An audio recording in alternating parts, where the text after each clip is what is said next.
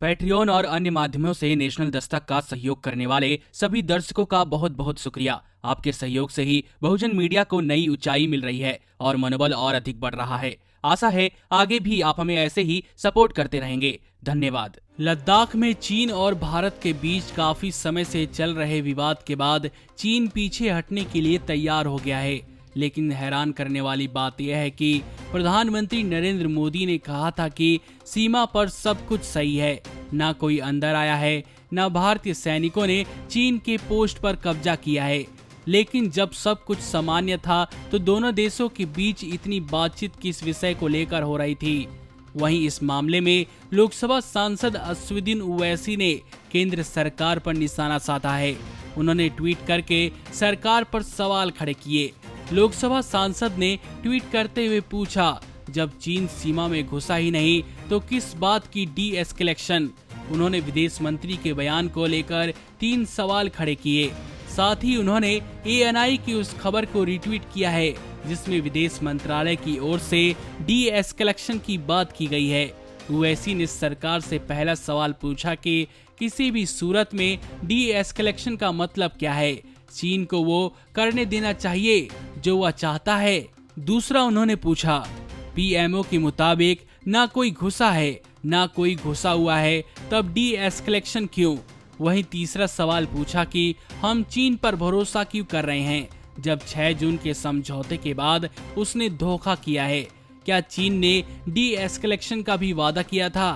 हैदराबाद से लोकसभा सांसद ने यह ट्वीट समाचार एजेंसी ANI के एक ट्वीट को रीट्वीट करते हुए किया था। ANI के ट्वीट में विदेश मंत्रालय की ओर से गतिरोध कम करने को लेकर उठाए गए कदमों के बारे में बताया गया था। सोमवार को अजीत डोभाल ने चीन स्टेट काउंसिलर से बातचीत की। बातचीत का फोकस पूरी तरह से स्थायी रूप से वापस शांति बहाल करना और भविष्य में इस प्रकार की घटनाओं से बचने के लिए एक साथ काम करना था। सूत्रों के मुताबिक चीन गलवान घाटी में पेट्रोल पॉइंट 14 से 1.5 से 2 किलोमीटर पीछे हटा है।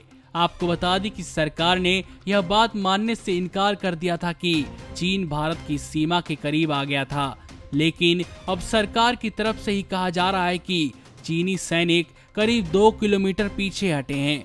दोनों बातें विरोधाभास लगती हैं। आपको बता दें कि करीब 2.5 महीने से गलवान घाटी में दोनों देशों के बीच तनाव देखा जा रहा था।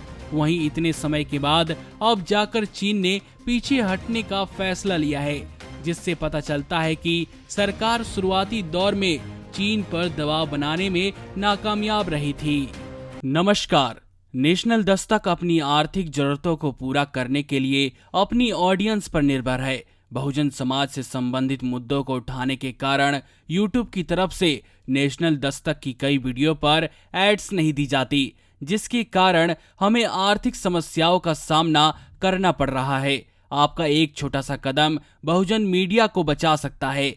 आपके सहयोग और सहायता के कारण ही हमने अभी तक यह मुकाम हासिल किया है। नेशनल दस्तक को आप पैट्रियन के जरिए सपोर्ट कर सकते हैं। इसके साथ ही आप अन्य माध्यमों जैसे UPI, गूगल पे, डेबिट कार्ड, वॉलेट, फोन पे आदि से भी हमारी मदद कर सकते हैं, जिसका लिंक वीडियो के नीचे डिस्क्रिप्शन में डाल दिया गया है। पैट्रियन पर आप हमें प्रतिमाह $2 यानी 140 रुपए प्रतिमाह से हमारे साथ जुड़ सकते हैं। दूसरे माध्यमों में राशि की कोई सीमा नहीं है। आपके सहयोग से ही बहुजन मीडिया को एक नई दिशा मिली है और इसे अभी एक नए मुकाम तक लेकर जाना बाकी है, जो आपके साथ के बिना संभव नहीं है। आपसे डायरेक्ट फंडिंग से हम आपके अधीन हो जाएंगे और एक स्वतंत्र मीडिया के तौर पर समाज की आवाज को बुलंद कर पाएंगे। धन्यवाद।